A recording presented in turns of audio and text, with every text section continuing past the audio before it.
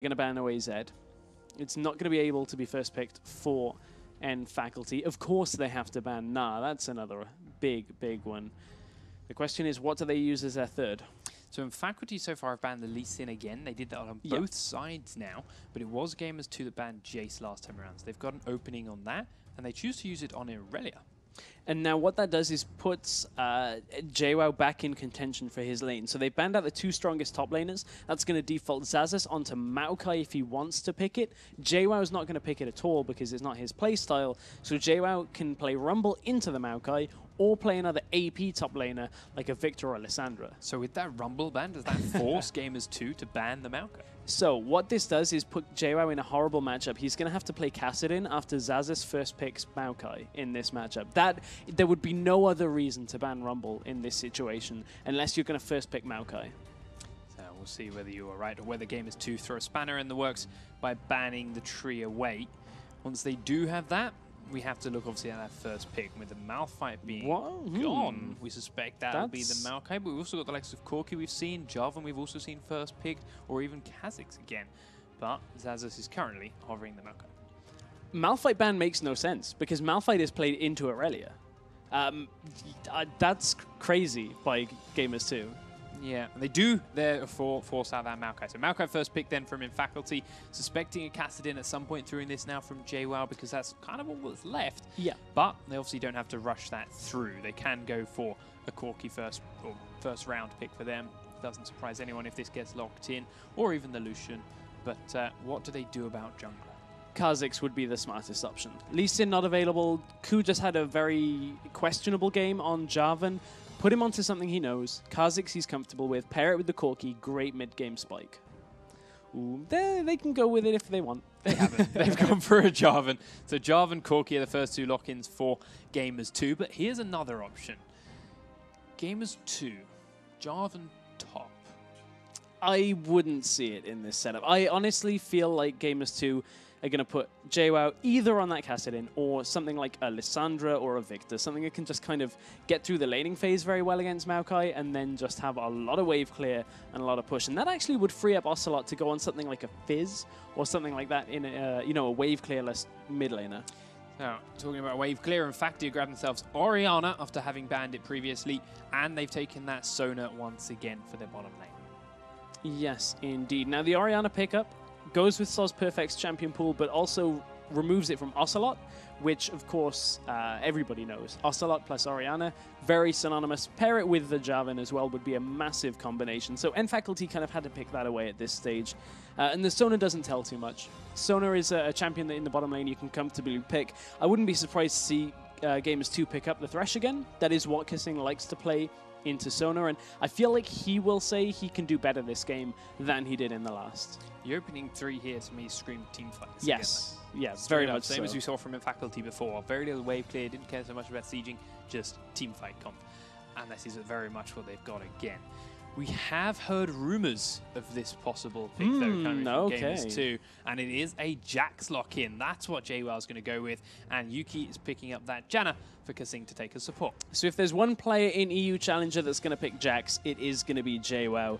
And, you know, that is one of his champions he always played, Jax and Kha'Zix in that top lane role a long time ago, back in the TCM days. That was very long time back. But, you know, that's going to give him great scaling. How will it do against Maokai in the lane? Because Jax's laning phase isn't amazing. He got nerfed a lot. Maokai is a bit more of a passive lane for Jax to be against, so maybe he'll just look to farm up for a while. Not too sure on the Jax picks. We'll have to see it work, but you talked about it. It has been rumored to be picked up.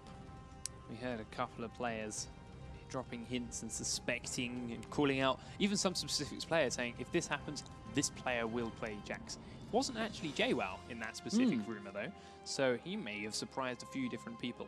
But faculty's response is to grab themselves the Kha'Zix again and the Lucian. Probably going to be something like a Xerath coming out here into Orianna. We're waiting on Ocelot's mid laner. When you look at this all the way down the line, there's not exactly a great matchup for against Orianna. Zed is available. It's a skill matchup and is actually quite a difficult one to do and would give them a fair amount of AD on their team. So that would be something Ocelot could play. We know he has experience on it recently, even though it isn't one of his quintessential champions. but it is an option nonetheless. Xerath would, however, also give them far better control against sieges and with Yes. sieges again, because they are once more lacking wave clear. There we go. That would make a lot of sense. Yes, so, the sense is there. We do, of course, have our full list from Faculty, which even after those bottom two, still screams team fights. You got that big tanky front line. You got the wombo combo, so to speak, of Orianna and Sona ultimates, and Kha'Zix there for resets with the help of Lucian. Kasing does finally lock in that Xerath, so that is going to be our mid laner then for Ocelot, and we do have a completed Gamers2 lane. We do. Let's take a look down the line. So Janna in this situation has been picked up for the disengage because one of the problems that Xerath Corki are going to have is hard engage when you look at Kha'Zix with the ball delivery system with Orianna and Malphite. So Janna there to disengage from that kind of fight. And then, honestly, Gamers2 are going to look to skirmish a fair amount in the mid-game with JWoww. Try and get some 2v1 picks between Jarvan and Jax, just to get Jax fed a little bit, because he does rely heavily on a lot of gold and a lot of kills to get into the late game. So, our completed rosters are there. We are waiting, of course, for the last 20 seconds to tick down and load screen to begin. You guys, of course, don't forget, at LOL eSports on Twitter and hashtag LCS Expansion to get involved in the conversation and tell us your thoughts on the games and the players. I want to see Gamers2 swing this one around. I want to see a third game in this best-of-3 series. Faculty, of course, are one game up at the moment after winning that first one fairly convincingly and quite easily, to be completely honest. So Gamers2 have to make quite some substantial changes. They do, but is that substantial change an old-school play out of JWoww's playbook? He's been forced onto a lot of champions this year that he has not liked. The Mundo Shyvana time for JWoww was a particularly boring time for him. He loves playing aggressively, and Jax is a champion that he can do so on. Just needs the rest of his team to buy him a lot of time here. So I guess if they want to put their eggs in one basket right now, now would be JWoww's time to shine. I was going to say, he can dominate a Maokai Yes. if he's given a slight lead. Can Ku give him that lead he wants, or will Obvious be there to do something about it? So junglers are going to play a large interaction, I suspect, in how this top lane opens up and how the matchup works. But we are there and onto the Rift on your screens. Gamers2 now as the red team in the top right-hand corner of Summoner's Rift this time over, and in Faculty as our blue team down in the bottom left, making their way out towards their jungle. Let's see where they open it up again. It'll just be warding and watching the entrances, but the question is, does Gamers2 go for that deep warding in? Do they look to find out where Obvious is starting or keep track of him? Or, of course, do in Faculty do it? That is a good question, because it gave Gamers2 a lot of information in the early game, which unfortunately they couldn't end up using. So that didn't always go their best way, but taking a look up at the top lane items, it tells you JWoww's game plan going into this. You'd expect perhaps him to pick up Doran's Blade just for extra damage in the lane and that little bit of sustain, but this is saying I need to farm for a long time. Let's pick up a flask, health potions, make sure I don't die for a while, and I should be okay. Faculty are going for that red buff ward. There is a couple of members of the Gamers2 around there to keep an eye on them, but ultimately they can't stop it happening. And we actually see a recall coming out from Ocelot here because he spent so much mana poking Sol's Perfect, and you can see Sol's Perfect's health bar doing no damage. And then, of course, trying to grab those and stop the warding. I mean, Sol's Perfect took his shield. So all of the mana that Ocelot was using in that is just being completely used against that shield. So Sol's Perfect is fine to take shield here. It won't actually hinder him too much because he'll hit level 2 and have command attack for any time that Ocelot's going to want to trade here. So it's not too big a deal.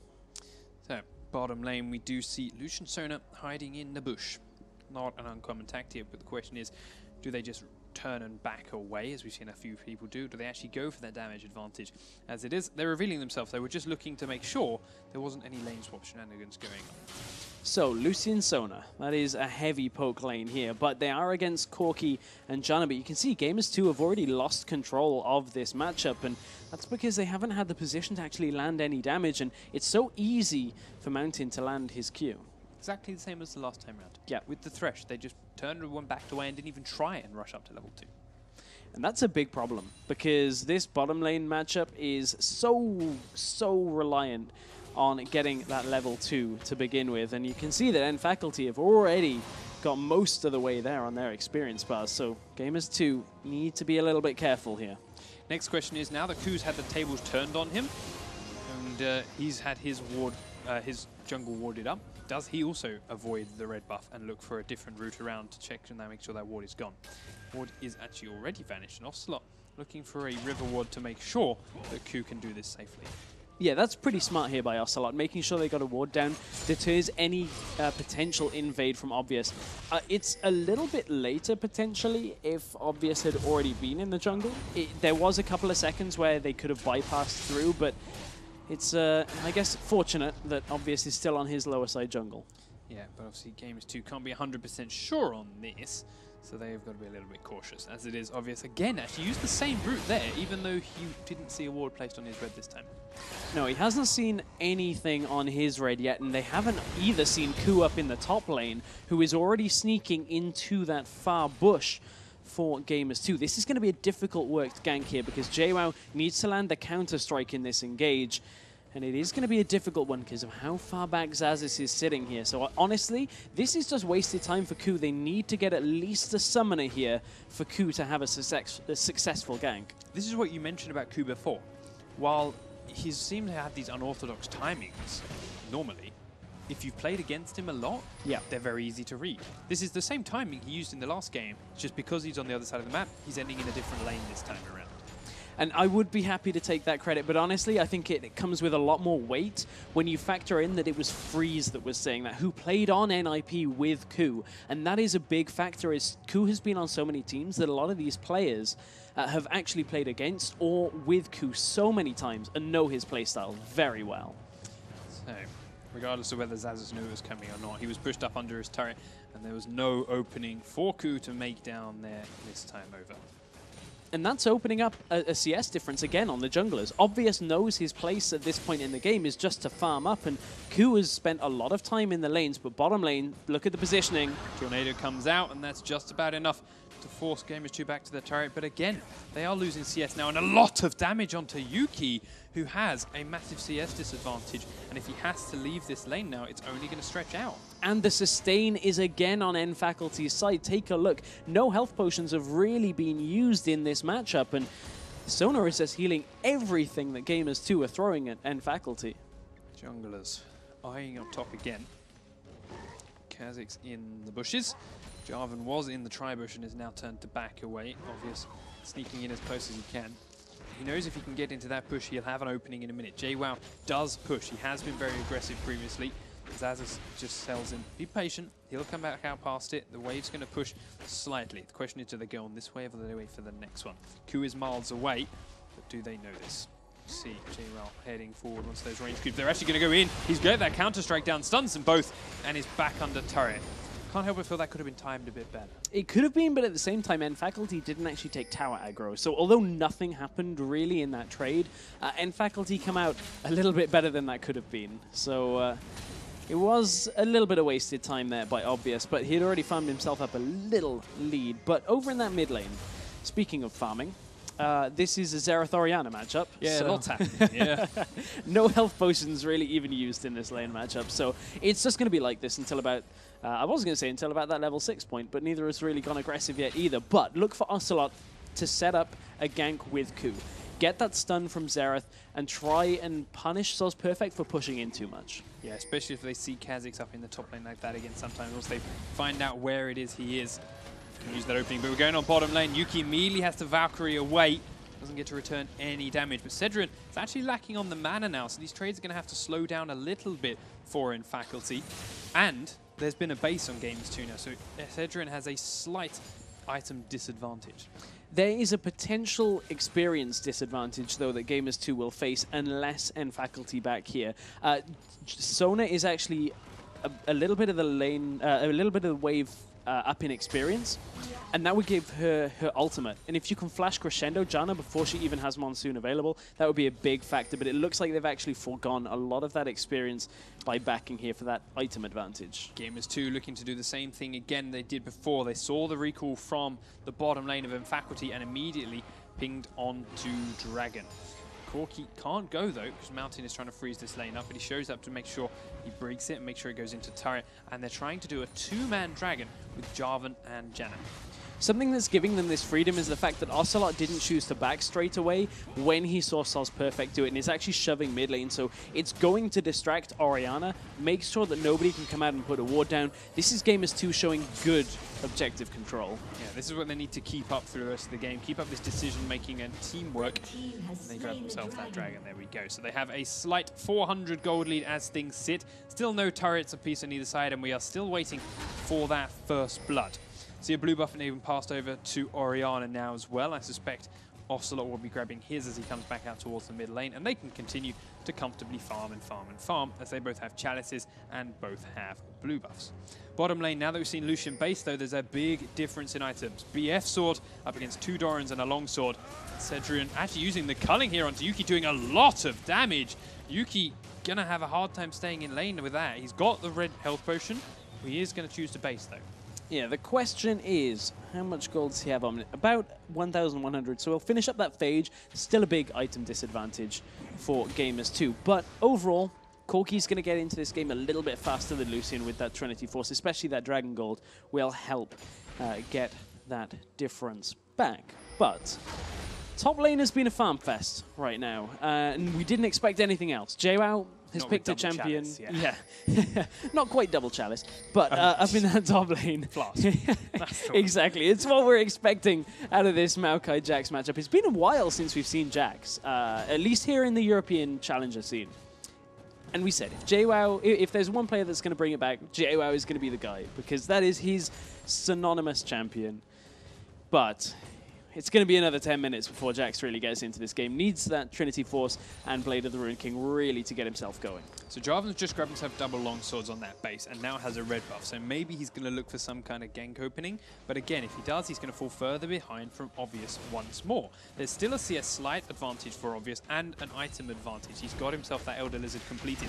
JWoww now taking a bit of punishment from Xaxus, but the counter-strike won't land in time for Ku to get in and follow it up. And Xaxus, to be honest, was very lucky there, because that was a really weird timing. He hasn't twisted advance on it until Obvious was there before, and this time around, Ku was incredibly close. Yeah, but saying that, Ku has backed away, and Obvious is up in this top lane. JWoww's been lulled into perhaps a false sense of security. This could be good. Goes in. Now we see Kha'Zix coming out of the bush. The counter-strike will stun them both up again, but JWoww has to flash to get to Ku's help. Now Ku comes back in. They're all over level 6, of course, and Ku's going to be the focus from Obvious before he gets the turret, and actually has the flash to get there as well. Great gank there out of Obvious. A bit of an obscure timing off the backside of Ku's gank, and they get double summoners from that. That is a big, big play in the top lane. Yeah, they also had to be extra careful for Gamers2 because Ocelot had just based too, so Orianna was roaming up there completely free to join in and help if she had so wished. So they had to back away. But JWoww still can't leave this tower without risking losing it completely, and that also means Ku can't go and heal until he knows that JWoww is safe. Yes, indeed. That's a big problem for JWoww in that top lane, but another big problem on the map bottom lane. Take a look at the health remaining on the turret for Gamers2. Faculty have been pushing up so hard in that bottom lane, and it's got them a CS lead. It also has given them the advantage on tower health, but of course, remember, Gamers2 took that dragon, so that is why Gamers2 have that slight lead right now, even despite the CS differences on all of the lanes. Yeah. Gamers2 have actually given up on this bottom lane. There goes the tower. Once the minions have done all the damage they can, but Mountain looking to try and scare Yuki away, of course, make sure he doesn't come too close. Get Rocket CS. There we have it. First tower of the game for Faculty. Down in the bottom lane, gives them the gold lead despite losing out on that first dragon. And they are very, very comfortable down as that pair. Lucian and Sona happy with how that lane has went. Middle lane, actually slight advantage now opening up for Sol's Perfect in the CS game. But ultimately the items are still very, very even, bar a boots difference for Orianna. Top lane again, junglers are waiting. Ku is up in that bush, but with 2 minutes on Dragon, and he has to know this because they snuck it out. He could give up that objective just by showing in the top lane. And you know that Faculty are fine waiting this out for the next dragon. You know that their team composition is essentially all about team fights. They don't want to be drawn into these scrappy little fights in lane. So Xaxus, oh, he's caught. He went forward for the CS. He's going to get stunned straight after the knockup. Will twisted advance onto Jarvan, then flash towards Obvious. But that's enough to scare Gamers2 away, especially as there were pings in the jungle for Janna and Xerath roams up. But here's something that I'm pretty sure Gamers2 weren't expecting. Cedrian and Sona have come to join in. Well, they know they've got a minute left on the timer, and they're already pressuring out Gamers2 up in this top lane, so they maybe look to get a turret from this. But I'll be interested to see how Gamers2 react to this, whether they look to secure the dragon area or whether they choose to fight this. And that indeed is going to be the choice. So neither team could be around dragon if they don't head there fairly soon. Yeah, they look happy to leave this second dragon to go for a while. I mean, we saw it in the last game where Gamers2 snuck the first one away. Both teams were happy to wait long past the timer for the second one spawn, but do anything about it. And it does look like Faculty would much rather take this top turret. And in doing so, they are locking 3 members of Gamers2 up as well. 4 now that Corki's coming to join them. So Gamers2 can't do anything about that dragon, even if they so wished. Yeah, that's a very interesting play out of both teams right now, to have this many people top lane when they know a dragon is coming. I guess once you see your enemy up there, then there's no harm in it. It's not like anyone can sneak a dragon this early on in the game, so just a little bit strange, a little bit different from what we'd normally see. But well, I think for that reason, because it's that little bit different normally, it would get a quick free tower out of it. But yeah, for some weird reason, out of the ordinary, Ku was also there to begin with. And, well, that allowed them to defend that tower. But now we do see Gamers2 making a beeline for dragon. We also see that 124 CS on Lucian to 100 on Corki, so that gap widened with all of that top lane, and that forced Corki to kind of walk it up there. And you can see Yuki in the bottom lane is still trying to get himself some farm. Slight switch up in Lucian's build too. He went for that Brutalizer second rather than going for any more parts of his Infinity Edge, looking for that quick spike of damage instead. So I feel like Cedrian has kind of assessed that this next couple of minutes is going to be quite pivotal, that they want that extra spike in damage, that extra cooldown reduction on Lucian, because once they pair that with Kha'Zix and Orianna, along with the damage reduction, and Faculty are just going to have a stronger fight time right now because there's no Trinity Force on Corki yet. So Lucian just wants as much damage up front as he possibly can. Yeah, we do see Maokai forced to go up top to stop JWoww taking that tower down, as the rest of Gamers2 are defending this middle lane turret from the Faculty pressure again. Obvious catches a quick knock-up from Janna's Tornado as he tries to kill off some wards, but we'll get the ward anyway. And now Ku's looking for that engage, but again, takes more damage than he deals out for his trouble. JWoww and Zaz's back to comfortably trading forwards and backwards, getting those creeps in the top lane. And while 3 members of Faculty is all it's taking to defend this middle lane, we get Lucian free pushing the bottom lane. Ku has to be a little bit more careful this game because his flash has only just come back available. And he went aggressive there in a situation where he could have been heavily outnumbered. So not too sure what Ku's up to. Needs to settle himself, I feel. Neither do I have an idea with his items. I mean, he got Sightstone second to his Elder Lizard last time around, but now he hasn't decided to finish either of them. Not the Elder Lizard or the Sightstone. And Gamers2 caught slacking. Give up the second dragon for free to Faculty, but we do see their assault coming out. Captain Obvious twice, but not enough to kill him off. I thought you called him Captain Obvious then. I meant to say catching Obvious. I might have said Captain. You may very well have.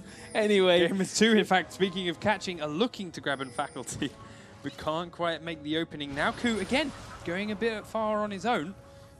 He's lucky they didn't have the wards to spot him out there because they're coming to try and take down this middle turret. Ku is going to go around behind it, but there's no minions left, and they're not willing to dive.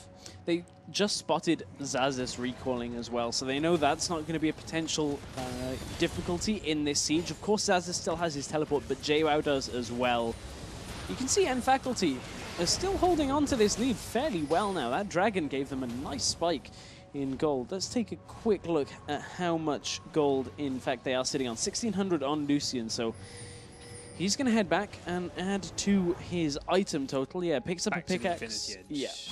Ooh, picking up the cooldown boots as well. That's something we haven't seen in a little while too. Well, they know they're going to need to wave clear a fair bit, especially up against the Xerath this time around, so getting that extra Q spam onto creeps and the culling cooldown would be very, very nice. Of course, because remember, recent changes to Lucian added cooldown to his later levels, and JWoww on the other side on a Jax screams late game. And just to keep getting away from JWoww and Jax, you're going to want more and more Top dashes as well. lane. With the top lane, they're going in onto JWoww again, but now Jarvan is here, and that's enough for JWoww to get aggressive back onto Xaxus, but is enough for the kill. JWoww can't get inside Jarvan's ultimate, and it's finally a first blood as Maokai falls, but Obvious looking for resets, doesn't get them, as we do see Jax killing him at the same time he falls. But JWoww will take that double kill onto Jax is going to be exactly what they want in this game. They need to get more on JWoww, and we talked about it around this time is when we'll see JWoww get his ball rolling in this game. And that is exactly how to do it. Bilgewater Cutlass picked up already on the way to that Blade of the Ruined King. I mean, the spike there that we had with the Trinity Force helped with that double kill, and now that he's this close to his second item as well, puts Gamers2 in a very, very comfortable position. Soul's Perfect looking to kill off that middle turret, but doesn't quite have the support or the damage he needs to do it. It will not take long, as it is already very, very low.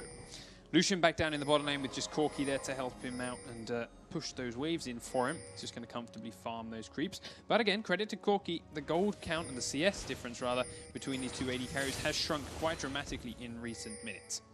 So, over on that top laner as well, this time for End Faculty, Xaxus is building himself towards a Frozen Heart, and that is a great item against a Jax because Jax needs attack speed to do damage. He's a duelist. That is why his damage spike is not at Trinity Force like you'd expect. He gets a very small spike, but the big Jax spike is at Trinity Force Blade of the Ruined King with that attack speed item. Anything you can do to slow that down is going to go a long way to reducing Gamers2's ability to get JWoww into this game. So Xaxus now with Obvious looking to roam down and get a little bit of control around Baron and the Gamers2 jungle. You do find a pink ward to begin with. Let's see what else they go with afterwards. Now in Faculty and Gamers2 are both up to their full section of sweepers and clairvoyance trinkets. And not comfortable controlling this vision. This middle tower is still not alive. We do see the ult coming out from Xerath onto Mountain. Again, not quite enough to pick up any kills, but in Faculty are very low and did have to blow a summoner heal. And they might have trouble defending this middle tower now. Yeah, and that's the power of this Xerath pick. It completely defended almost single-handedly and chipped down Mountain being very low. But they have Sona, they have the sustain. It's a question of avoiding the poke now. Just waiting. They need minion waves. Yes. Nothing much they can do until those arrive. But here comes the first one for in Faculty this time around. And it, with the help of a sapling, managed to chase Gamers2 quite a way back down the lane. But Ocelot Xerath does clear them out very, very fast. Now it's on Orianna and Lucian to try and kill these off as fast as possible before Gamers2 can reach the tower. And they do just that. So a bit of a stalemate here now between both of these teams, as neither wants to be that guy that gets caught out and throws away what's going to be some pivotal objectives, especially with Dragon coming up in a minute and a half. The gold count is back to within 700 in favor of in Faculty, which to be honest hasn't really been too much either way recently in this game. Gold's staying very, very level despite the double kill there onto Jax. But what is next for Gamers2? How do they push this through? Because they are kind of struggling a little bit here in pushing in mid. So, Gamers2 this time are going to get the ball rolling in bottom. Kha'Zix, he did come down there to help Lucian out, but Jax just leaps on him, having already pushed Lucian away. Kha'Zix knows he cannot defend this tower on his own. And JWoww, we can pick up turret number 2 of the game for Gamers2. It's skulking around the jungle here as well to try and help grab a kill on anyone that strays a little bit too far out of position. Could be Kha'Zix. They do force him to leap away, but the rest of Faculty are comfortably defending that middle lane while Gamers2 ward up their jungle for this 30 seconds until the next dragon.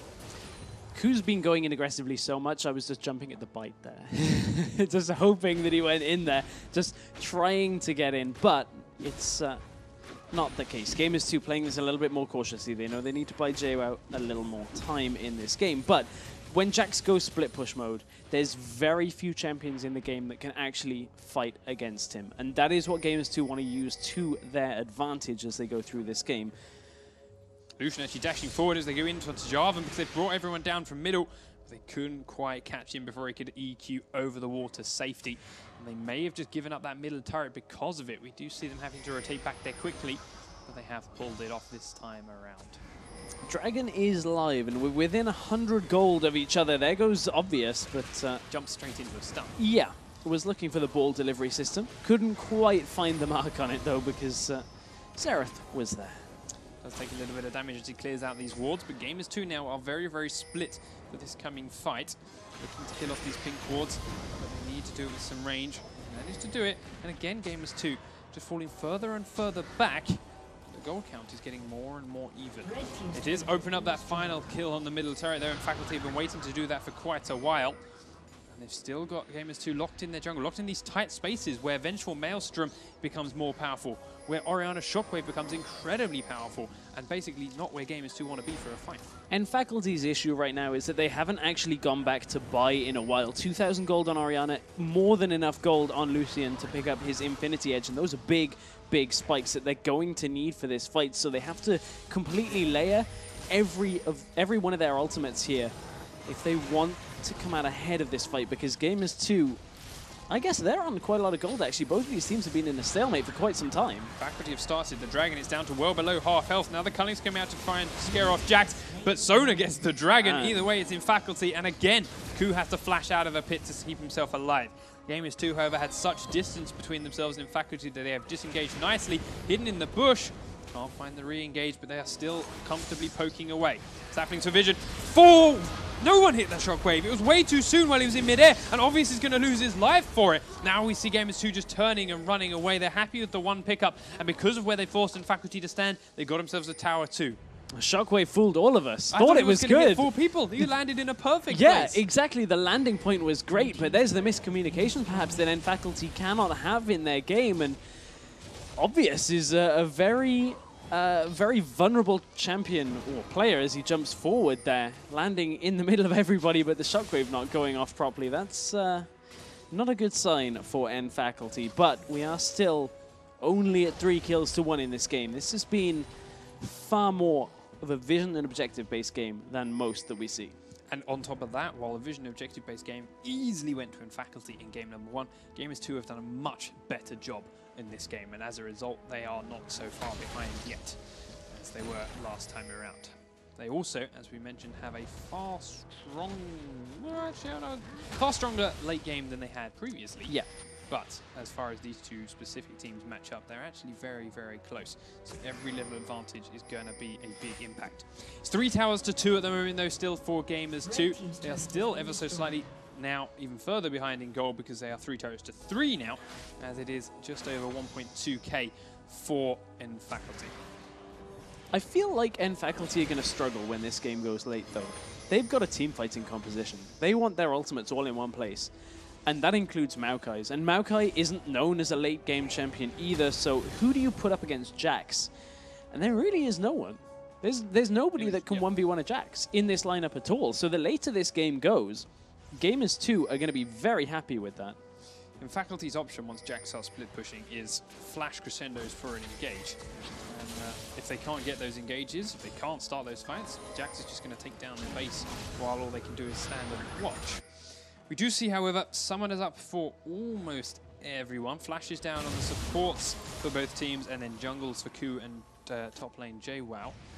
But the ultimates are all up, and Gamers2 are toying with the idea of rushing down a Baron, but instead they're just hiding in these bushes and trying to bait Faculty in, but Faculty knows something is up and are just pushing the mid lane instead. They do know something is up, but Faculty get deterred by a Howling Gale, and that is the end of, I was going to say the engage, but the push is still on.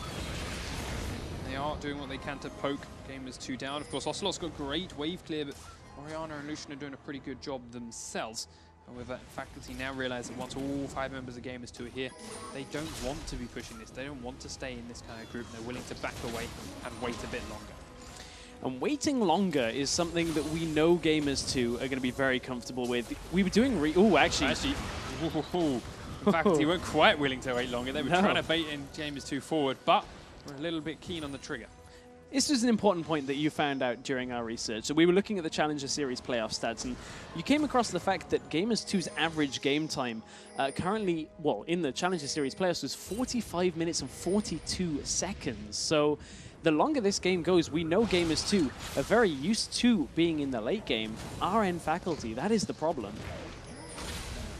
The other question is, and I've got to admit, while it is a game length stat, it doesn't explain why they will. Yeah.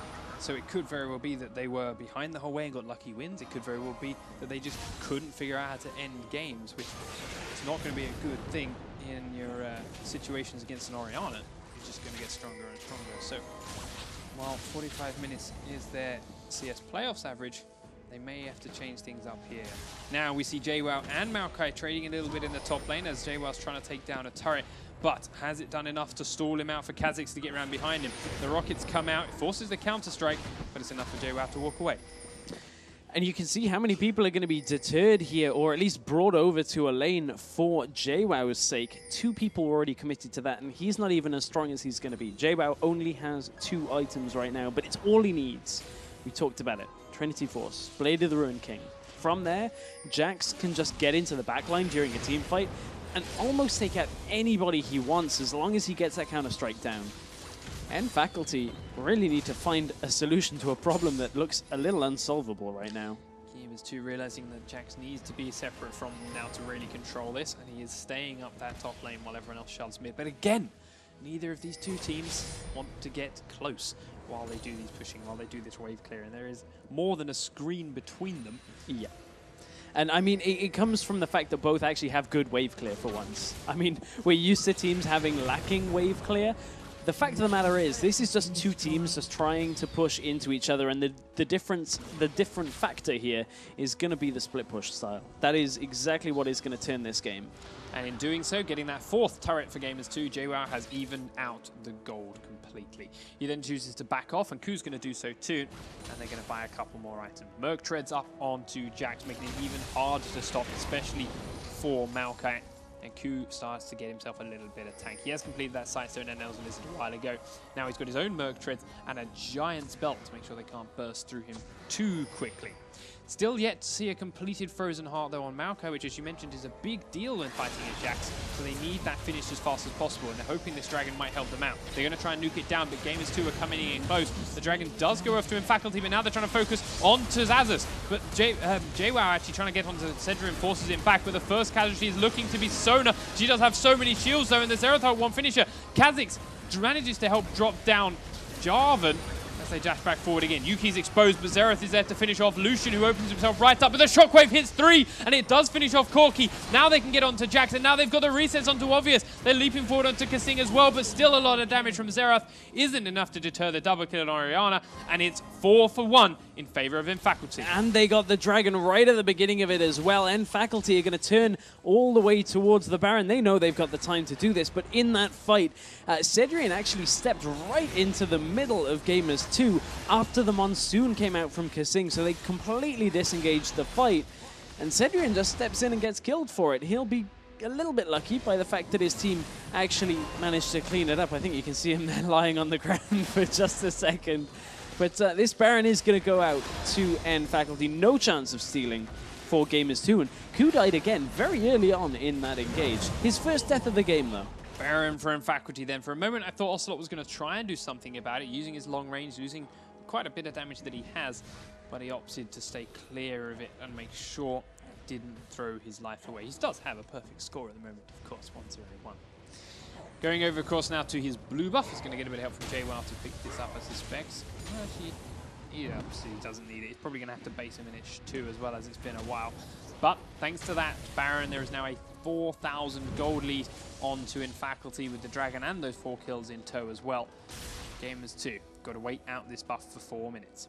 They do, and the waiting game is going to be a tough one here, because I have a feeling Faculty again are going to use just their vision control as much as possible. Ruby Sightstone upgrade on Obvious, and that is a very early upgrade for a jungler to have, let alone anybody else on the map.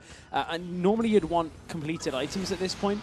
All this is giving him is a little bit extra health and that extra ward, but that is what he's bought it for. He wants that extra ward on the map so they can creep their ward line forward. And in conjunction with the upgraded sweeper already from Xaxus, it's all about the vision game, and that is what's going to help shut JWoww down a little bit in this game. They still have the problem that no one can 1v1 him. So to say the problem with having that upgraded sweeper on Xaxus is Xaxus can't get anywhere near his team to help them with it.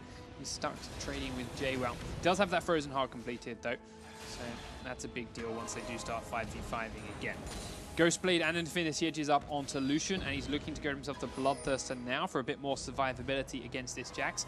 But neither of those items are going to help him if he dives headlong into an entire Gamers2 team second time around. I'll have to watch his positioning this time over. But once again, even with the Baron buff, Faculty aren't willing to get very close. But they are rotating down now to behind Jax. Kha'Zix is going to get there first. Does have the slow. Careful for the counter-strike though. Leaps in onto JWoww for even more of a slow, but now Source Perfect is coming. They're going to dash forward with more movement speed, but they don't want to go under the turret. Burned a fair few things, especially the Kha'Zix ultimate, but don't grab the kill. And, wow, the culling gets cancelled out there too. Can they get something for it? Yeah, they're going to push the turret in, but Cedrian takes far more tower shots than he actually wanted to there. And by this time, JWoww is going to be able to regroup with the team before they actually start this push. So Faculty maybe need to reconsider this push. Janna is going to shield the turret out. It's going to deter too much of the damage. And JWoww is going to be with them. So a bit of a stalemate of a game right now. This is a very technical back and forth game on this point. It's all about the numbers. There is also a massive wave of creeps in that top lane that someone wanted to go deal with, and Maokai is that man. He has strolled all the way down there. He's going to pick up a nice big chunk of gold again to help be even tankier, help be an even bigger front line for Faculty. Stop Gamers2 getting anywhere near the nice squishy targets at the back. Now, JWoww though is looking for yet another opening to go and to split away from the rest of his team. At the moment, that's a little bit of Baron control, but of course that's not up for quite a while yet. Nothing for him to do around there. But a minute and a half until the next dragon comes up. We already saw a bit of a skirmish at the last one that resulted in the first Baron of the game. Not sure we'll see it again though. Gamers2, if they're going to have to do that, have to play it a lot smarter. Make sure they don't go and lose another 4 members. And that is the question. Are they going to play it a lot smarter? Because it didn't work out for them last time. Doing the same thing won't work out again. So how do they establish that vision control when there is so much vision in their lower side jungle? And actually, they've done a fairly good job maintaining the vision they have for Gamers2, as they have all of the Baron area warded and some of mid lane, but not a lot around Dragon yet, so they need to kind of get that going. But that's one of the problems we know that Kasing can end up suffering from, is walking out on his own. We saw that in the last series, and he is a little bit split from the pack right now, but of course he knows where the rest of Faculty are. They're well planted in the jungle right now. Again, Xaxus has had to be sent away and to now deal with JWoww. Do get a bit of poke onto Kasing here from Orianna. Half of his health knocked down, even with his shield there in tow. Now, to counter the Jax split push, we see Kha'Zix in the bottom lane, starting a push down there, so those minions are going to help out Faculty. And they do, again, rotate back towards the middle lane once more. While JWoww can straight up kill Xaxus if he's allowed to fight him 1v1, he knows it's not really going to happen. Xaxus will just turn and walk away from him for most of it, in which case Faculty could end up baiting him into something more dangerous. So he is still keeping his distance from Xaxus. In doing so, it doesn't give the rest of his team much of an opening and allows Faculty to look for this rushed down dragon. They're going to leave Obvious alone on it though, because they can start to see Gamers2 all rotate up there through their jungle. They have now lost vision of them though, and they've only got 2 members back here. The dragon will fall, but the fast recalls are coming out now from Faculty. What do they do about Gamers2? Well, they don't have to do a whole lot, because Gamers2 decide to back away. Gamers2 are going to back away because Xaxus cleared the minion wave far too quickly, and Gamers2 just weren't quick enough into that top lane. Diving a Maokai, honestly, though, under an inhibitor turret is a very suicidal tactic. That screams desperation. I think they could pull it off. Oh, yeah, they can. Don't get me wrong, but with no minion wave, you may get the kill on Xaxus, but you aren't getting the turret from that. There's far too much else going on there, and that would, Faculty would have been back way before. So Gamers2 don't pull a stupid move, but they didn't exactly get anything from it either. It was clearly in their minds for a moment, and that is going to be a little bit worrying. But what wasn't on their minds, or at least in their inventories, was the ability to secure Baron a minute before it spawns. They know the timing of it, because Ocelot was moved. Oh, dear. Oh, dear. Someone's a little bit nervous. A little bit nervous in this game. He doesn't have any wards. That he went to sweep. Did he sweep? Well, he swept right after it, but unless it's on a different key, I would be surprised. Yeah, maybe he tried to use Dissonance and just fat-fingered the 2 as well. Well, actually, we laugh about that. It's a massive deal for this fight, because Zos Perfect, if he gets caught out now in this fight... Thankfully for him, Gamers2 didn't see it. Yes, that is part of it. They're not going to notice and not going to focus him for it. but it could still come back to bite him. It's always a treacherous minute after you miss Zhonya's. At least it is a fairly short cooldown, though, so he's half the way back. Faculty have used this, though, to grab a lot of control around the Baron area. Now they're hiding in this bush. They do leap out onto Q, but he was smart enough to check it with his flag first. They can't catch him too out of position. Did blow a Valkyrie on Corki, though, so it's a little bit of defense for him for a couple of seconds. But they've got control of the area, and they're now looking for that pick, looking for some way to get Gamers2 out of position. And this time, thankfully for Faculty, JWoww is close. Interesting EQ from Jarvan. Q's getting very antsy in this game. He just wants to engage, but the problem is he needs to just give Kha'Zix is going in, and wow, Kha'Zix is down. They do get the shockwave onto only JWoww, though, but they're taking a lot of damage just for one target. And now Jarvan's coming behind. It's a double kill for Jax, who is going to go huge if they're not careful. Xaxus has to flash away towards the mid lane, and everyone on Gamers2 is following him. Flash done from Ocelot. Jax will leap in for the triple kill. Only Sona and Orianna left alive for Faculty. And this, with a Jax, a Corki left alive, and Jarvan's buff, could be all this Gamers2 need to end the game. This could be game right here. JWoww is so strong at this point in the game. We are into Jax time right now, nearly 40 minutes, and they engaged on a single... No, let me take that right back, because I am so flustered by that engage out of obvious. He jumps in onto 3 people on his own, expecting the shockwave to go off, and it doesn't.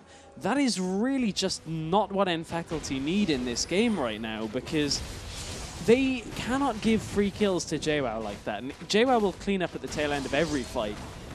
And that is really just completely dropped everything from Faculty's lead. So, Faculty was saved by a slight lack of minions on Gamers2 side, and they also split up a little bit to make sure they secured the bottom turret as well as the middle turret. So they grabbed 2 tier 2 turret towers, and then they grabbed the Baron. They're still down by about 1,000 gold, but for the next 4 minutes, that buff is too much for Faculty to ignore. Sol's Perfect hasn't got full mana up because he's having to defend that mid lane with Sona's help on their own, but now look at JWoww. He's going to grab himself a Ranju in soon. He's got that Banshee up. And that is a very, very tough Jax to kill off. You saw how much Faculty burned in him last time round and still couldn't do it. And that Banshees makes him even more trouble right now, because the only person they can put in lane with him is Maokai. And if your initial ability is doing nothing to JWoww, you essentially go in aggressively, and he just hits you, stuns you, and just continues to auto-attack you until you have to back away, because he's got enough magic resistant health to survive through everything that Xaxus wants to throw at him. Heading down to the bottom lane to split now. Obviously drawing everyone down there and away from him, because it is quite a distance down there. And off you see Xaxus through the jungle making his trip to try and meet him. And actually changes his mind. They're looking to perhaps grab a group pick here in middle before JWoww gets to a dangerous position. But Gamers2 are still so far back down the lane. It's not going to happen. Yeah, Gamers2 need to slowly advance through their lane and drop the wards to allow JWoww the room to push bottom. If Gamers2 really wanted to make this as difficult as possible for Faculty, they'd push top lane with lower jungle warded. From there, JWoww has a completely safe path, and you can see they are clearing out for this as well. So JWoww is going to push bottom lane. Gamers2 should push top. They'll probably push mid looking at it, but Gamers2 have such a dominating control of this game due to their comp right now. And that Baron buff. Yes. Yeah. To mention. So, the Faculty squad are just staying on their steps waiting, but right now, Gamers2 are just happy to let their own Baron buff time out. It's halfway through, 2 minutes left on it, and they don't seem to want to come close to the stairs. JWoww is confident to do so, but he is running low on minions because Xaxus can wave clear that very, very quickly. We'll pop that Banshees, and now Sol's Perfect's coming down here. They're actually going to go out, get the snare onto JWoww, pulls him back in there for the stun, and it hits Sol's Perfect as well. And look at how little damage they did to JWoww despite all of that. And he's just going to regen that up from Baron. He'll drop back down into the bottom lane fairly shortly, and it's round 2. So you can see that Faculty have to commit 2, nearly 3 people to JWoww, and the next time that happens, Gamers2 will push from it. Got a cannon creep, but it can't quite land too much onto the turret. One shot from Yuki does do a big burst of damage, especially with the Janna shield and the Sheen proc, but it is every little helps right now. There's JWoww heading now back down towards the bottom, so Xaxus will have to go and meet him shortly. And the next wave is coming up the mid lane. Saving grace for Faculty, though, is it won't have a cannon minion at this time around. It just survived one of those waves. Another slight saving grace is the fact that Gamers2 didn't actually push top lane at the same time. So if they are doing it. Yeah, that was what I was going to say. The minions are going to do it eventually, but Gamers2 didn't set that up so that all 3 lanes are being pressured, so they're not actually exerting 3 full lanes of pressure here. So it's giving Faculty the slightest bit easier a time right now. So Baron buff has about 20 seconds left on it. It's now no minions for JWoww, but he does leap to Ku to get to safety, but the bottom turret is taking about as much damage as the middle one now. And here comes that wave in the top lane as well, as you mentioned. Yuki does half the health in the middle. Sorry, Gamers2 were ever so close to edging their way in. But their Baron buff is about to run out, and that is the point at which they can't stand here anymore. They have to back away once Baron is down, so they either engage now. Oh, wow, Ku takes a massive burst of damage, and now the Baron buff goes, and they definitely can't hang around for him. But JWoww is still doing everything he can onto Xaxus in the bottom lane to make sure he is just as low as Ku is. But he's run out of minions again. He's tanked up a few tower shots for himself. The rest of Gamers2 now, you can see how far back down the mid lane they are again now. You see the tornado coming up to try and slow the chase. It does just enough. The other option that Faculty have in their playbook is play your composition. Do not play JWoww's game of 1v1ing in a lane. Go 5 versus 4, force JWoww to teleport in, he can't do any more damage, or he has to push solo. And at that point, you win the 5v4 fight, you stop JWoww, and then proceed with the game from there. That's a very risky play because you're essentially saying, can we fight the fight, kill everybody, and back to stop JWoww before he's able to take the entire base? But it is an option. The dragon is another option too, as it is just up here. And you see Gamers2 heading in that direction to grab themselves another 1,000 free gold and to take the lead back finally, because they have been even for quite some time. And then, in a minute 50, the big worm comes back up. Baron is about to spawn. You should see both teams looking for it again. This time with the Zhonya's properly on our honor as well. We're going to get some ward control drop down for Faculty. Sona leading the way with a couple in her inventory. And that Sire Stone as well. Gamers2 are actually nowhere nearby to try and plant their own or contest this. So Faculty, while they don't know it yet, have complete control over it. Looking for that movement speed boost into the mid lane where they could get behind Gamers2 here. Gamers2 don't have a rough idea where Faculty even are. And Faculty are waiting for a tad longer than they should be, perhaps, into this bush. Oh, that might be paying off. Ocelot is coming back in this rough direction. He's waiting for support from the team, though. And now, in fact, he decided they've waited too long. They've waited a long time. The thing that allowed them to do that was the big wave in the bottom lane. Meant that JWoww wasn't going to solo push that. It would take him far too long to clear that. At this point in the game, Faculty doing that is actually fairly risky right now, because the next pick is going to determine the game.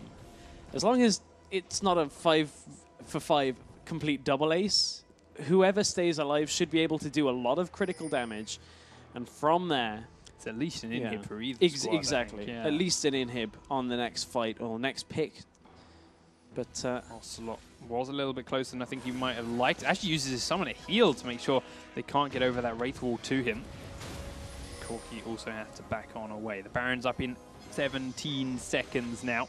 We do start seeing Faculty taking out a couple of the wards that were placed down by Gamers2. You saw the pings though out of Gamers2. They said mid lane. Yeah, they want to risk the Baron getting taken and force Faculty to come back through their own jungle, because it was warded out here. This could be very dangerous, but JWoww is not with the rest of Gamers2 right now. He does have teleport available. However, Faculty don't know this, and they are being zoned away from this middle lane by the members of Gamers2 that are there. Here's the teleport for JWoww now to make that minion invulnerable, and they're going to get this turret pretty easily. That one will drop before Faculty get back to the lane. Now we see a massive twisted advance onto Ocelot, goes so deep, but JWoww gets straight in onto Soz perfectly, doing a massive amount of damage through the exhaust. Ocelot fires his ultimate out, and he will be Ku with a knock-up onto Sona. Still no casualties, but finally Sona drops down. Still waiting to see a shockwave, though. Both teams are backing up into their positions as Xaxus is at the front, but Cedric gets terribly close to Gamers2. Still just the one casualty onto Faculty for now. They need to start healing up Xaxus. He does have home guards, but Gamers2 head straight to Baron. Shockwave just did not hit the mark during that fight, and Faculty just don't have enough damage to deal with anything. They're forced to regen Now on the Fountain, they lost an inhibitor turret as well, so this becomes a fairly simple game for Gamers2 now because they push the inhib in the mid lane and JWoww pushes the bot. So Gamers2, we talked all the way back at the beginning of this game, nearly 50 minutes ago. What was their play that has to get them back on track to getting to the Final Four here in the LCS qualifiers? And we said, was it going to be JWoww on his champion, on his Jax, that we haven't seen in a long, long time, and he's 6-2-2. This looks like it was what Gamers2 really needed to claw their way back in this series. They've been kiting very, very well for the last 25 minutes from the feel of things. Just making sure that JWoww can farm and stay alive and farm and stay alive. And then when they do force a fight, when they are caught out and they have to go through, it's still only JWoww that's even close to people. And all he has to do is clean up the low health targets from Ocelot's long range poke. But Faculty aren't down and out yet. They're only down by 5,000 gold. They do have to fend off against another Baron buff, and they are once again hiding in bushes, looking for that opening, looking for the Gamers2 stray to walk into them. You mentioned before how it's normally Kasing that gets a bit risque, roams around warding on his own to get caught, but not this time around. He is far away from where in Faculty are because the rest of his team are on the fountains and cleaning the jungle. No opening from Faculty yet. Not really the best of bushes to do this in. No, it's not the best bush really at all, especially when Gamers2 have so much of the top jungle warded that they're basically thinking to themselves, well, they're somewhere in the lower jungle. So, I mean, if they get caught out by this, also Lucian's about to show himself, so this is Lucian showed himself mid as well. He's been doing that for the whole time, trying to give Gamers2 a little bit of info, but they're not falling for it. Yeah, exactly. I mean, the other side of that is that's a lot of damage that's not missing, that's not there for if you actually get a pick at that point. 4 versus 1, I think they should be able to pick anybody off straight away, but you can see in Faculty's decision-making right here, and Gamers2 just are not pushing them. Gamers2 have the Baron now and have had it for about nearly 2 minutes at least, maybe a little bit longer, and they haven't really done anything with it. To be honest, Gamers2 started playing fairly aggressive after that Baron. They came out and they shot. But the longer it took without them seeing in Faculty, the further back in their own jungle they played. They were getting a little bit worried, having not seen them for quite a while. But didn't have anything really to be worried of. I mean, this is their time. This is where their composition is almost unmanageable. Because who can fight this? You know, this late into the game, we know it's that they like the long games. They have that average game time of 45-42 from the Challenger playoffs, but this time they've even got Jax for JWoww. This is the late game. This is right where Gamers2 need to take advantage of their composition. And can Gamers2 push in for this inhibitor? And is JWoww going to be able to pick off more kills here? Picks off the inhibitor with ease, doesn't need the kills, and the rest of the team back away now. They know they have super creeps there to help them out in the middle lane. They've got a red buff that they can steal away. They may also do the dragon, but to be honest, I think that would be a bit of a waste of this buff if they go down to the dragon. They should grab the minions and come straight to the bottom lane. Yes, that is what they're going to do. But that mid lane is now going to push in. So JWoww can swap over to another lane. They have pressure in the middle lane. And they can push bottom or top, whichever one JWoww isn't in at the same time. So, Gamers2. I mean, how do you deal with a Jax that's ahead and has a Guardian Angel? He's difficult enough to kill once, but now you got to kill him twice. It's an almost impossible task. Banshees have all been popped in for Gamers2, and their Baron buffs are gone. Still only 5 kills to 8 in this game. The gold lead is now 6,000 for Gamers2. And while we talked about their poor objective control before, they now have 7 towers to 3, sorry. They have had more dragons this game. They have many more Barons. But they do lose a turret to minions in that top lane. I feel like this is just Gamers2 not setting up the map for themselves properly. I mean, it's just general housekeeping that if you're going to push, make sure all of your lanes are pushing. Set up a slow push wave in the top lane, anything. Like, just make sure that end Faculty can't basically say, okay, well, they're all in the bottom lane because we can just defend mid and top's pushing in towards them anyway. And that's what JWoww is going to go and do now. But it's far too late. Their Baron will have, has expired already. So Gamers2 just need to maybe think ahead a little bit rather than playing in the moment they're in. They need to think our comp is great right now and is going to be better in 5 minutes. So let's set everything up for ourselves. They're sitting in the Fnatic bush, waiting for someone to stray too far out. Why teleport to this bush as well? They're going to try and rush down this tower. Yeah, but okay, got no now minions. I see it. Now I see it with NFAC pushing mid lane, but that's a lot used and they've been deterred. Massive waste of teleport from Gamers2. Yes, they're in the lead right now. Yes, their average game time from playoffs was past this point. But that, to me, they're still out of ideas on how to win this game. Yeah, it really seems like they're struggling to come to terms with the fact they're ahead with a later game composition and are just trying anything they can to win. You do not see teams that are ahead sitting all in one bush, because you don't need to. I mean, it's not the biggest of leads. Let's put that in perspective. It's only about a 5,000 gold lead, which this late into the game is not game ending. But when the composition you're running has its spike right now in this game, and you've taken down an inhib to help put pressure up, why is Jack stopped split pushing? That is a great question, and I don't know why. I wish I had an answer for you. They got a tower and they got an inhib and they got all these barons because JWoww was split pushing the side lanes while they pressured somewhere else. The minute they get an inhib, they decide, well, that strategy worked. Let's stop split pushing now. Yeah, I mean, he's got a Guardian Angel, which we already talked about. Difficult enough to kill him twice.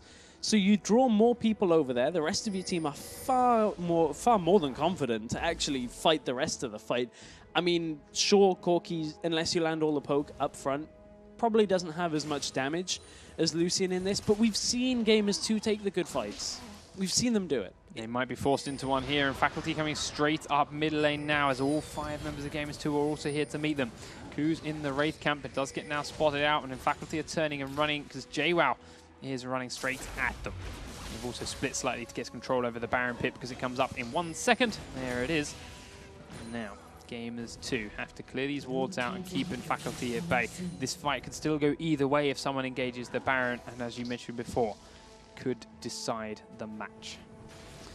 Not a lot has happened in the last 6 minutes, 7 minutes. 30 minutes. Yeah, 30 minutes. But I was meaning since the last Baron. Sorry, my maths is slightly off on that one. But that is just saying that Gamers2, although they've had all the position in the world to do it, have not been able to pin down NFaculty's vision control because NFaculty are just sitting back for the right fight. And this is what you'll see out of teams that are very comfortable playing this team fight kind of composition here, where you're just relying on everything lining up. Their inhib is also back up too for Faculty now, so they've lost that super creep. Oh, Cedric was way too far out. Gets stunned up by JWoww. Yes, he's got a GA, but he's doing as much damage as he can. Has to flash back to his team. Still trying to stay alive. Mountain's there to heal him. He does get that on, and finally they pop him into his Guardian Angel, but obviously took so much damage as well. Now Ku has to back on up, and JWoww is still doing so much while being so tanky.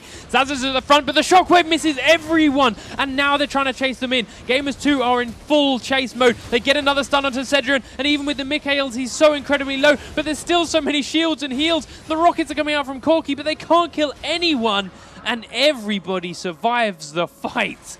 But Gamers2 are still in the better place to secure another Baron. They are pretty low though, so they just have to juggle this around a bit. But that fight, Cedric somehow gets away with his life. The heals just saving him completely in that setup, and yes, his Guardian Angel got popped, but overall the Baron goes to Gamers2, and they can't kill this Jax. And Faculty just can't do anything about him. His GA is still up, and he was one of the highest health members of Gamers2 even at the end of that fight. I mean, the shockwave just didn't land, and that's the second one from Soz Perfect, or third actually in this game, that really just hasn't hit the mark. The one earlier we saw with Obvious in the middle lane when it was early. Soz Perfect needs to find his center here on Orianna. He's 2-0-2, which is great. Don't get me wrong, stats don't lie on that one, but it's the untold story of these team fights that they could be going so much better for NFaculty. We do see pings onto the mid inhibitor though from Gamers2. They've got this Baron, they know they can barge their way in there, and of course there's no turret, so they're looking for that once again. Can they get it, or will Faculty force the fight at them? Are they okay to do it even with this Baron buff? JWoww leaps forward.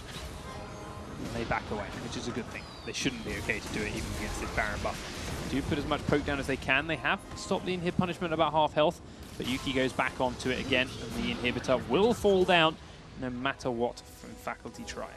And we return to this situation that we've been in for the last 10 or so minutes. And this time, Gamers2 send JWoww to the bottom lane. Anything. Just split your team up. Don't engage needlessly, and just use this inhib being down. They are not listening, Stress. They are still keeping JWoww up top. Now he decides to wander off a little bit. We'll see where he goes. He could just push this mid lane and then come and rejoin them again. Wouldn't be unheard of after the last couple of moments. But we do see a mini wave comes in. Zazas and friends do what they can to defend the wave, but take a lot of poke for it. Now JWoww has helped those super creeps up towards the mid lane, giving Q a bit of a chance to face tank the turret down, and they're going to do a lot of damage.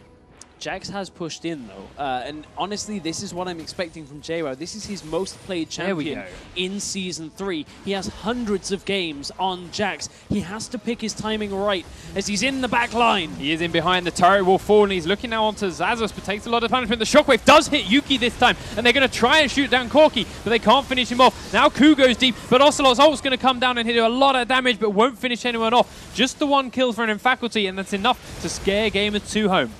Jax still has his Guardian Angel and his full health. You're in the point of the game where so many ultimates just got used during that fight. The only one you have to worry about is the crescendo from Mountain, and even then you have a Guardian Angel. They could have potentially stayed for that fight because Monsoon had been used to heal the rest of the team up, and they still had Baron buff.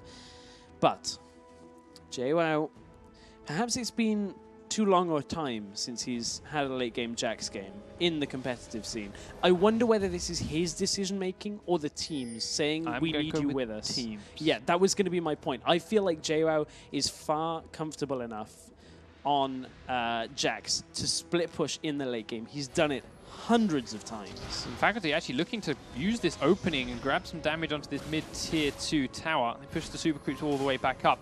But all four members of Gamers2, sorry, because Java's still dead, are here to try and defend it. And pushing against super creeps is very, very tough, let alone with a 4-man defense waiting for you. And they do have to turn and back away. Dragon is up, but nobody seems to care, and rightfully so. It doesn't mean a whole lot at this point in the game these days. And the Baron is still about 4 minutes away, as it is just 3 minutes away, just worn off of Gamers2. Did see Xerath actually ult there towards the bottom lane to, well, maybe the blue buff, not sure where else I was firing that, to try and get themselves a bit of control over that bottom half of the map. I know what's going on in this game, Panky. Oh, please tell me. I figured it out. I know exactly what it is. Are we being trolled? Is that what it is? No. Gamers2 looked at their stats from last week and said, we did not get enough Barons in our series last week. Let's take the game past 60 minutes, get every Baron we can, and make sure no one can ever say that Gamers2 don't take Baron in a game. Oh, dear God, I hope not. Hey, we got a great game 3 on the way if that's the case, if this one goes to 3. If this doesn't go to a game 3 right now, Gamers2, I don't know what they're doing, that's what I'm saying. Not going to be pretty in that house if this doesn't go to game 3. And they have got a second exposed inhibitor now, and they're finally looking like they're ready to take it down. And we're right here watching this game as it happens with you guys as well. So we're anticipating Gamers2 taking this one at this point, but NFAX comp is very good. If they catch 2, 3, 4 people in a shockwave, they will succeed in a fight. But they have to get that. Yeah, so Perfect's not been on the ball with it recently. JWoww taking a lot of poke while he's taking that inhibitor down, and to be honest, didn't do as much damage. Cedron actually going very aggressive onto Ku and taking a lot of damage for it. Definitely not worth with that. And now Gamers2 coming back in for another push while Cedron is trying to heal up. But again, they can't quite do any damage to the inhibitor itself. The inhibitor in the mid lane has spawned now, so that means the super creeps have stopped pressuring there, and once again, JWoww is not split pushing. No, he is not. He's also not having a lot of time to duel anyone either. No, we do see Ku actually taking a lot of damage from Zazas. Knock up onto Obvious, who's taking a massive burst. JWoww goes deep, but has to turn and run as well. Both members of either team turn to face away. Well, there, flash forward onto Ocelot actually is Xaxus' focus. They're trying to do a damage, but the Mikhails gets him out. Now Xaxus is turning and running, but Ku is deep within the enemy team. They're going to try and focus him, but he flashes out as well. Still so many summoners and ultimates left for everyone, and Xaxus gets stunned up by Ocelot as they're trying to chase. Not the right communication there between Gamers2. JWoww goes into the backline, looks to, duel anybody that's there, but the rest of the team just aren't reacting. They're not playing JWoww's game, and that is what they need to do, because again the Baron is coming up. Yes, they're likely to take it at this point. They aren't going to have backed and been healthy, but both teams are going to be healthy. There's no inhibs down. Xaxus is going to have pushed the bottom lane and set up a slow push for Faculty. We could see the game-winning fight in the next minute. Very possible, but we know that a lot of the calls come from Ku and Ocelot in Gamers2. This late into the game, they need to give JWoww the freedom to make his own calls. He is the player that they have built this game around, and they're not committing to his playstyle when they really need to. Ocelot puts his ult out towards Sol's Perfect, doing as much damage as he can, but it's not quite enough. All 3 charges used and hit, but don't really do much. Cedrian takes another burst from Ocelot, and the Faculty are very split right now. Yuki's doing a lot of damage to Obvious. We can't chase him down for the kill without exposing himself. Obvious, though, needs to get his health back here, or the next fight will not go well for Faculty at all. Complete Baron control then for Gamers2. Obvious does have himself a Guardian Angel, but Ku is inside the Baron pit. They have started it, they're trying to nuke it down. Clairvoyance goes out, they can see it's down to 2/3 health, but here comes Faculty. They've pulled them off the Baron. Now's the time to fight when they have a debuff, and actually JWoww's still doing the Baron. It's down to about half health, doing a lot of damage, but Xaxus is in front, making sure they have vision and being a nuisance. Now they have Yuki, JWoww, Ku on no health has to back out, and to Sing without that tornado was in a horrible, horrible position, as the culling will do what damage it can. Baron has regen health all the way back up, and Ku has to recall out of here. Who is calling the shots for Gamers2 right now? Because their game plan is simple. Push inhibitors, get Baron, push for the win. That is how you win this game from this situation with JWoww, and you have 2 inhibitors exposed, and they have been for the last 20 minutes of the game. It's a very simple process that Gamers2 just haven't committed to. Teleport coming in from JWoww around behind them, and Faculty are completely surrounded. JWoww used that home guard to dance around, but they've got so much damage now and onto Obvious. They're trying to nuke the Baron down. Everyone's in the pit, but the shockwave only hits 2, doing so much damage, and Gamers2 get the Baron. Double Guardian Angels are going off in the pit. Jarvan will fall for real. Orianna also follows, and Faculty have flashed Cedrian over the pit. JWoww is finally down, but Yuki does so much damage, and Xaxus is caught out. Sona and Cedrian are on the wrong side of the map, and have only got one option. Try and rush the Gamers2 base, or recall. They're going to recall and try and defend these inhibs. I think they can even defend this, potentially. Cedrian's culling is going to be up very soon, and there is no chance that Gamers2 really want to push in anywhere past just the inhibitors. And then Faculty get away with that, and even though Gamers2 got the Baron, they can't end the game. JWoww fell in that engage. Cedrian sold his boots and grabbed a Zephyr, so no home guard, but he's now coming back on out of here with the culling to try and defend the second inhib, but it's not going to be enough. So 2 inhibs will be down for Gamers2. Are they going to push? As you mentioned.